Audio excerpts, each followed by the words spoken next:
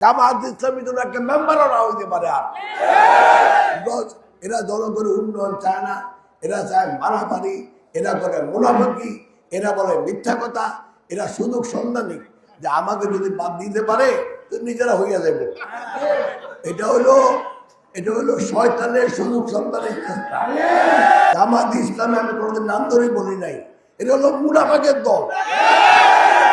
এই মুনাফিকদের কোনোদিন কোনো কালে বাংলাদেশে ক্ষমতা আসতে দেওয়া হবে না।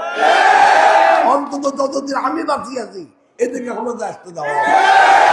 কারণ এরা সবসময় মানুষের পিঠে কোথাকুচি করার জন্য ব্যস্ত। এরা এই দেশের উন্নয়ন তো করবেই না, এরা এই দেশকে সিরিয়া বা লেবানন বানিয়ে ফেলবে। অতএব বাংলাদেশ এই ফেনী 3 আসনের জনগণের প্রতি আমার আকুল আবেদন যে কোনোদিন কোনো কালে জামাত ইসলামী জন্য একটা মেম্বারও না হইতে পারে। আর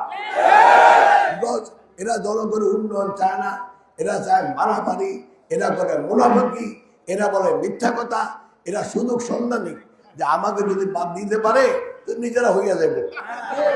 এটা হলো শয়তানের সুযোগ সন্ধানের চেষ্টা। এদেরকে কোনোভাবেই আর কোনো সুযোগ দেওয়া হবে না। এই ফেনী এবং দাগনভূঞা এবং সোনাগাজীতে আল্লাহর রহমতে এদেরকে আর কোনো সুযোগ দেওয়া হবে না। যাই হোক, আপনাদের কাছে আজকে এসেছি দানের শেষের জন্য একটা ভোট চাওয়ার জন্য।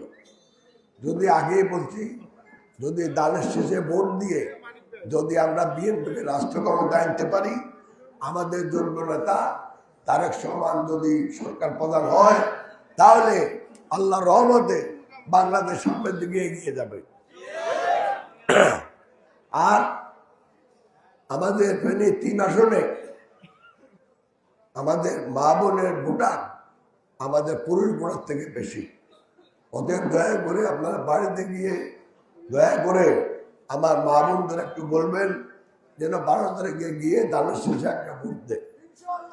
তাহলে আমি একটা সুযোগ পাবো, সেই সুযোগের আমি ইনশাল্লাহ সদ্ব্যবহার করব, যাতে করে আমাদের ফেনী এই 3 আসনের আমার প্রিয় সোনাগাজী এবং দাগনভূঞার সব ধরনের উন্নয়ন আমরা করতে পারি।